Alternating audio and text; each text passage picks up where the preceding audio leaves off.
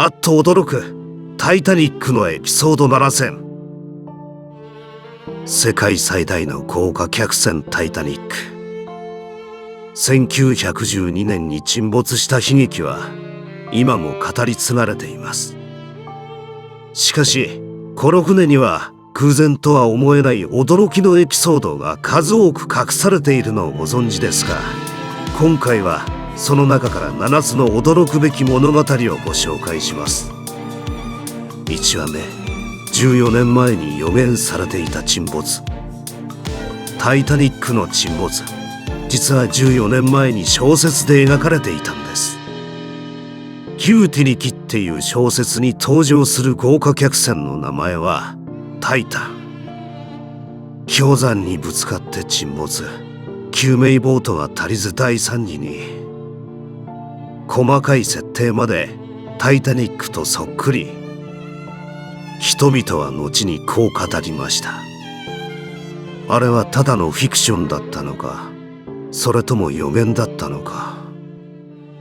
100年以上経った今でもこの奇妙な一致は謎のまま。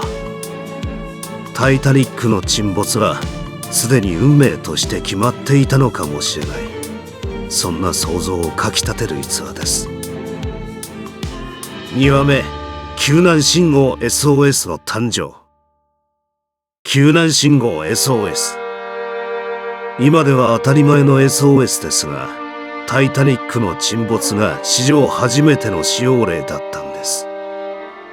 無線士が冗談交じりに新しい信号も試してみろよって言って送ったのが始まり、まさか命がけの場面で歴史が作られるなんて誰も想像してなかったでしょうね。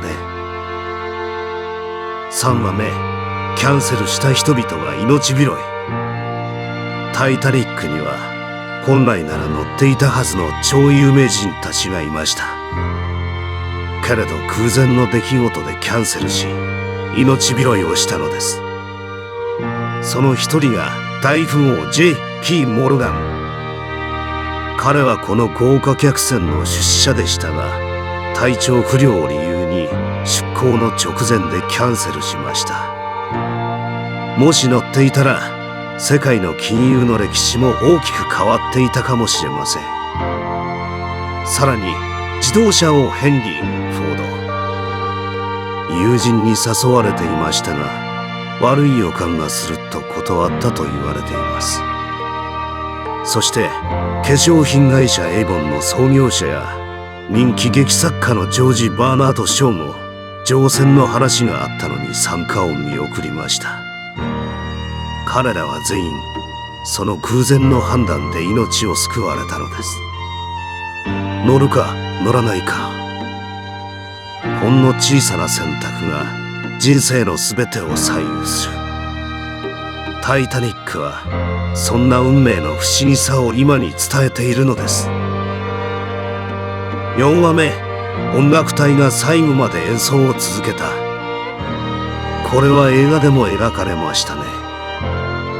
氷山に衝突し船が混乱に包まれた時、乗客を落ち着かせるため音楽隊はデッキで演奏を始めました。最初は明るい曲を選び不安を和らげようとしたそうです。しかし状況が悪化しても彼らは演奏をやめませんでした。逃げることもできたのに最後の瞬間まで音を奏で続けたのです。生存者の証言によれば、最後に流れていたのは賛美歌の詩をお元に近づかん。沈みゆく船とともに音楽も海に消えていったといいます。その姿は100年以上経った今でも勇敢さと献身の象徴として語り継がれています。5話目、呪いのミイラ伝説。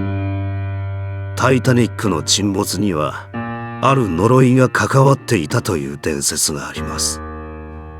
それはイギリスで有名だった呪われたミイラ。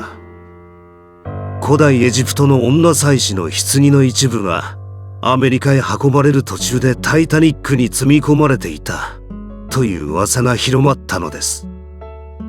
このミイラに関わった人々は不幸な事故や謎の死に見舞われるとされていました。だから人々はこう囁いたのです。タイタニックの悲劇もミイラの呪いだったのではないかと。実際には貨物リストにそのミイラは載っていなかったと言われています。けれど説明のつかない大惨事に人々は理由を求めたのかもしれません。6話目、愛を貫いた夫婦。タイタニックの悲劇の中で今も語り継がれる愛の物語があります。それはストラウス夫妻のお話です。一度ストラウスはアメリカの有名デパートメイシーズの共同経営者、裕福で名声もある実業家でした。彼の妻アイダもまた社交界で知られる女性。二人は常に寄り添い仲睦まじい夫婦として有名だったといいます。タイタニックは氷山に衝突し避難が始まった時、一度は年齢と社会的地位を考えれば真っ先に救命ボートに乗れる立場にありました。でも彼は女性と子供が先だときっぱり乗船を断ったのです。妻アイダも静かにこう言ったと伝えられています。私は夫を置いていくことはできません。私たちはずっと一緒に生きてきました。これからもあなたと運命を共にします。ある生存者の証言によれば、夫妻は椅子に腰掛け手を取り合い、沈みゆく船の中で静かに互いを見つめていたそうです。100年以上経った今でもこのストラウス夫妻のエピソードは究極の夫婦愛として語り継がれています。タイタニックの物語がただの事故ではなく、人間の愛と選択を描くドラマとして残っているのは、こうした逸話があったからかもしれません。7話目、月のない夜。実は月が出ていなかったことをご存知でしょうか。1912年4月14日、北大西洋の海は不気味なほど静かで、波もほとんどありませんでした。しかも月明かりさえなかったのです。通常なら月の光や波の白いしぶきが氷山を照らし、遠くからでも気づけたはず。でもその夜は真っ暗な海。巨大な氷山は黒い影となり、ほとんど見えなかったといいます。まるで自然が仕組んだ罠のように、最悪の条件が重なっていました。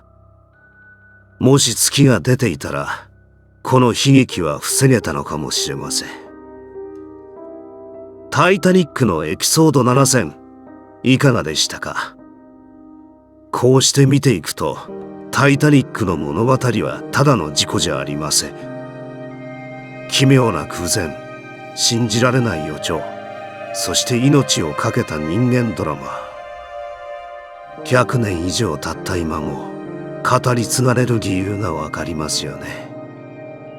あなたはどのエピソードに一番心が動かされましたか？ぜひコメントで教えてください。最後までご視聴いただきありがとうございました。もしこの動画が面白かったらチャンネル登録やいいねをよろしくお願いします。これからもためになる豆知識や外国人が驚いた日本の文化シリーズ増やしてまいりますので楽しんでください。ではではまたね。